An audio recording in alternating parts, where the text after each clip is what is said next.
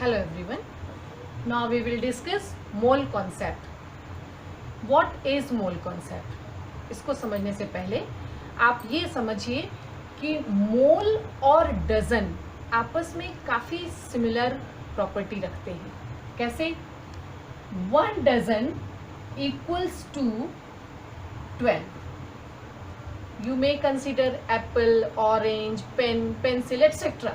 Similarly, in chemistry, 1 mole equals to 6.022 into 10 to the power 23 particles. Now, what do you mean by particles? Particle may be atom, molecule, ion, electron, etc.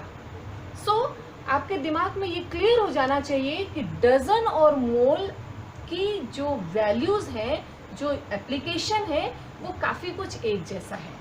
1 dozen हम जिस field में use करते हैं, 1 मोल chemistry में उसी तरह से use किया जाता है. अब देखिए, 1 mole equals to Avogadro number, and Avogadro number is represented by N or Na.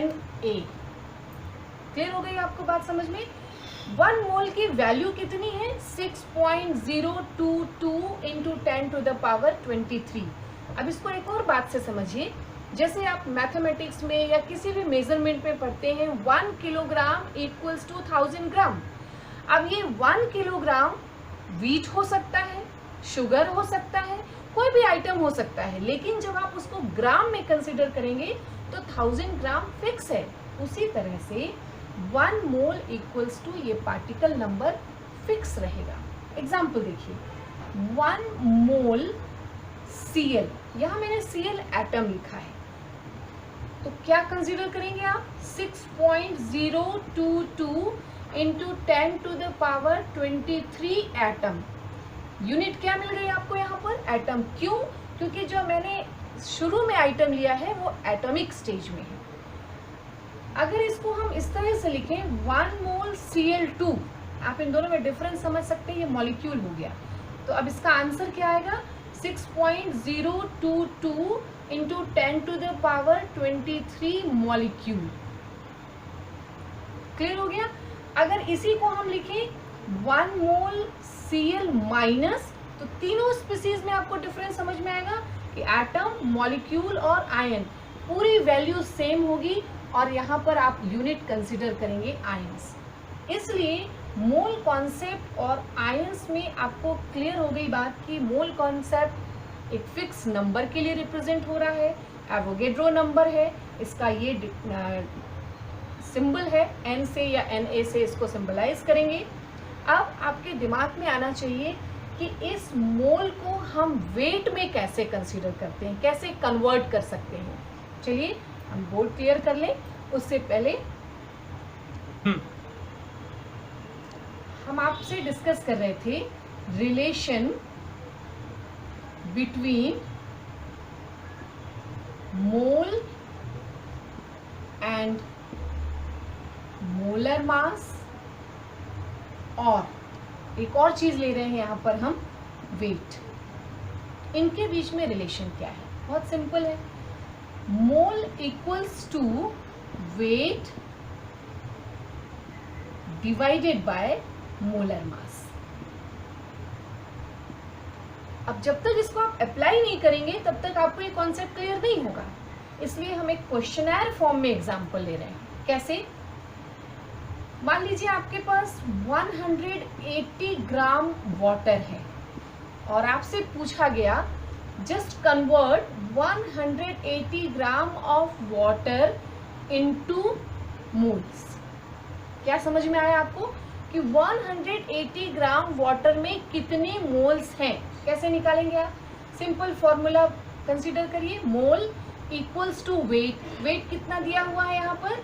180 gram divided by formula क्या बोलता है? Molar mass. मोलर मास किसका? उस सब्सटेंस का जिसके लिए आप मोल निकाल रहे हैं. तो मोलर मास यहाँ पर वाटर का लेंगे. वाटर का फॉर्मूला आपको मालूम है क्या होता है? H2O, इसका मोलर मास क्या होगा 1 मल्टीप्लाई बाई 2 प्लस 16। अगर आप इसको समझ पाए हैं तो इसको दूसरे तरह से कैसे लिख सकते हैं 180 डिवाइडेड बाय 18। 180 उसका वेट है और 18 हमने यहाँ पर मोलर मास निकाल लिया। बहुत सिंपल वैल्यू आपको मिल गई। आपने क्या कंक्लूड किया कि 180 ग्राम वाटर में कितने मोल है वाटर के 10 मोल है। सबको समझ में आया। अब एक और चीज समझें कि मोल और वॉल्यूम कैसे रिलेटेड है। यहाँ पर हम आपको एक नोट पॉइंट दे रहे हैं, ये आपको याद रखना पड़ेगा। एट NTP, सबसे पहले तो NTP का मीनिंग समझिए, normal temperature and pressure. Normal temperature क्या है, जनरली हम room temperature 25 degree centigrade plot करते हैं किसी भी न्यूमेरिकल में। प्रेशर कितना लेते हैं 1 एटमॉस्फेरिक प्रेशर लेते हैं। सो एट NTP 22.4 लीटर वॉल्यूम हो गया। जैसे ही मैंने लीटर बोला तुरंत आपके दिमाग में स्ट्राइक होना चाहिए कि ये हम वॉल्यूम कंसिडर कर रहे हैं। इक्वल्स टू 1 मोल, मतलब किसी भी सब्सटेंस का जो ये वॉल्यूम होगा वो 1 मोल सब्सटेंस के बराबर होगा। सोचिए कि अगर आपको वेट निकालना है तो आप पहले वॉल्यूम को मोल में कन्वर्ट कर लीजिए और मोल को फिर आप वेट में कन्वर्ट कर सकते हैं अगर आपको उस कंपाउंड का मोलर मास मालूम है तो। इस तरह से मोल कॉन्सेप्ट में आपने ये देखा कि मोल कॉन्सेप्ट एक्चुअली एक फिक्स नंबर के लिए है जो एवोगैड्रो नंबर के लिए है। 1 mole equals to fix number 6.022 into 10 to the power 23 particles. Particles किसके, जिसका आपने स्पेसिमेन लिया होगा, एटम, मॉलिक्यूल, आयन एक्सेट्रा। अब मोल और मोलर मास में क्या रिलेशन है वो क्लियर हो गया। मोल और वॉल्यूम में क्या रिलेशन है वो क्लियर हो गया। अगर इन फॉर्मूला को आप ध्यान रखेंगे तो आप बहुत सारे न्यूमेरिकल इससे रिलेटेड कर सकते हैं। जैसे मान लीजिए कि अगर आपके पास 200 ग्राम ऑक्सीजन है तो उसमें ऑक्सीजन के कितने मोल हैं, तो इसी तरह से आप उसको कंप्लीट कर सकते हैं। ठीक है, चलिए आप NCERT के जो लेसन नंबर 3 के न्यूमेरिकल्स हैं, एक्सरसाइज के क्वेश्चंस हैं, वो सब इनके बेस पे आप सॉल्व कर सकते हैं। So all the best, thank you.